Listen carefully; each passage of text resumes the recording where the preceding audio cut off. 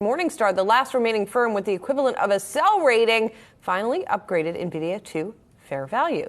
Stifel Analyst Ruben Roy also upgraded Nvidia to buy from hold after yesterday's report, and he is joining us now. Ruben, I know that you are getting more optimistic or more positive on Nvidia here, but I want to start kind of from the other side of the equation. Nvidia seems to be killing it from every potential angle. What could go wrong here? Was there anything in the report that gives you pause at all? It's a great question. Thanks for having me, Julie. It's one of the things where the guidance and the outlooks have been increasingly strong. And, we thought, gosh, when we had the earnings report in May and the July quarter guide of $11 billion, it's probably not going to get much better than that. And there were three areas that we were thinking about. Supply, right? There's supply constraints throughout the semiconductor channel, and we thought potentially there'd be some supply impact near term. China, expanded restrictions on technology sales into China.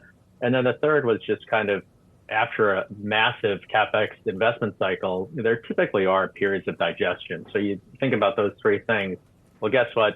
Nvidia talked about all three and essentially took away all of our concerns on the conference call last night. So starting with supply, Nvidia is doing a lot of work with their supply chain partners. They've qualified additional supply chain partners, and they've got supply set to increase every quarter through the entirety of next year. China, Nvidia clearly stated that expanded restrictions and regulations will not have any impact on near-term financial results. And then the third, which is really important, the digestion period potential. Nvidia very clearly there too said that they have visibility at least into 2024, and it sounds like 9 months of visibility into demand for these chips and systems. So really nothing to pick at on the call last night. Okay, so with all of that considered, I mean, so much focus on the data center side and what artificial intelligence can do for that business, but also what about what we all said was the core business for this company prior to the AI hype phase in the GPUs, in the graphics processing units?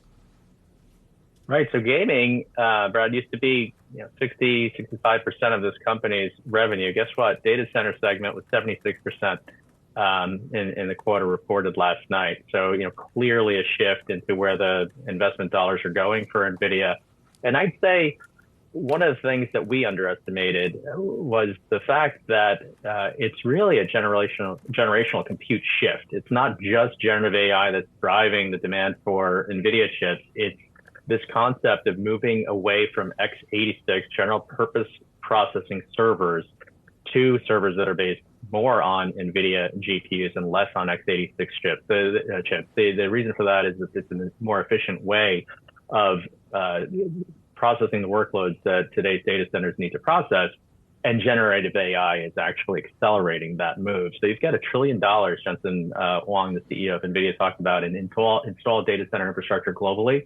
And gradually, that infrastructure is going to transition to the type of compute that NVIDIA is doing. So gaming is still important, $2.5 billion or so quarterly revenue I just reported, and it's still a growth area for the company. But certainly when we look at these data center numbers, that's where the action is. We're actually forecasting now data center revenues to increase to $60 billion next year.